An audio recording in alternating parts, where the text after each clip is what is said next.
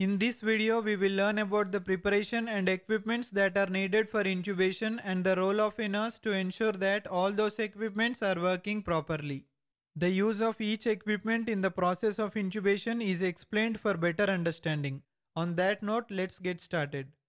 As a standard procedure, first of all, do not forget to take consent for intubation. IV cannula.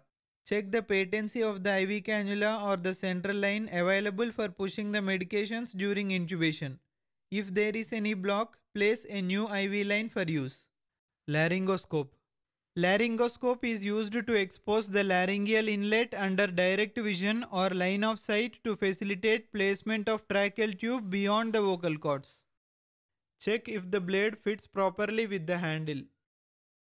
Check if the light source is working properly even when the blade is stretched.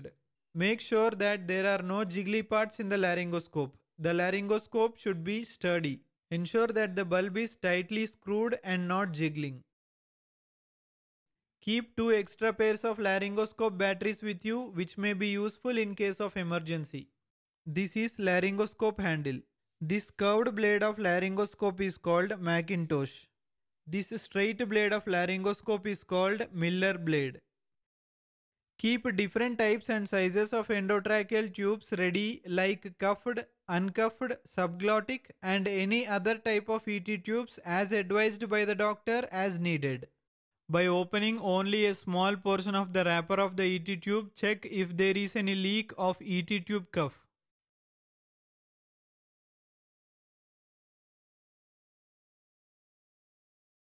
Keep a xylocaine jelly ready, which is used in a few hospitals to apply at the tip of the endotracheal tube for lubrication before passing it into the trachea.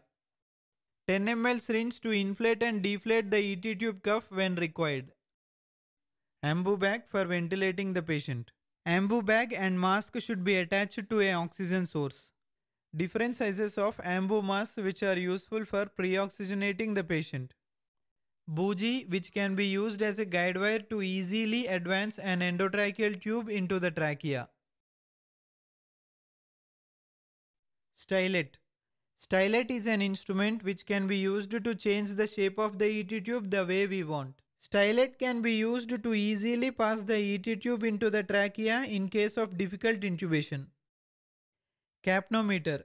Capnometer displays the concentration of carbon dioxide in exhaled air. It helps in confirming the position of the endotracheal tube. Loaded and labeled syringes of medications which are used during intubation like rucronium, vecuronium, fentanyl, succinylcholine, propofol, etc. We must also keep loaded and labeled syringes of emergency drugs ready during intubation, which will come in handy in case of emergencies. Apparatus for suctioning like suction set, suction catheters, normal saline or sterile water, central suction apparatus or portable suction apparatus are necessary to clear secretions and to maintain patency to increase oxygenation during intubation. ET tie. ET tie for securing the position of the endotracheal tube.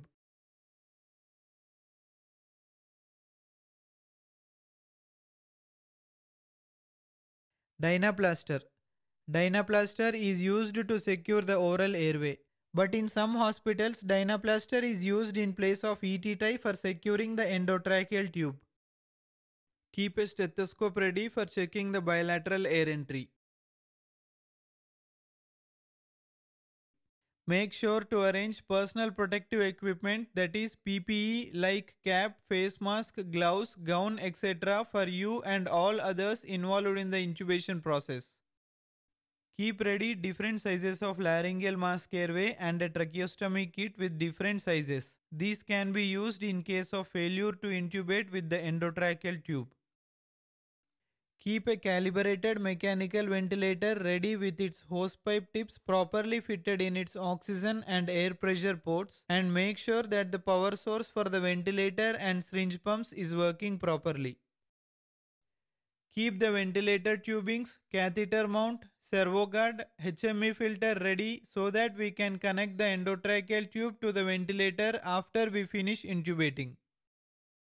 Oral airway for use if you suspect the intubated patient may bite the endotracheal tube. Employing nasal oxygen using a nasal cannula during intubation can prevent hypoxia.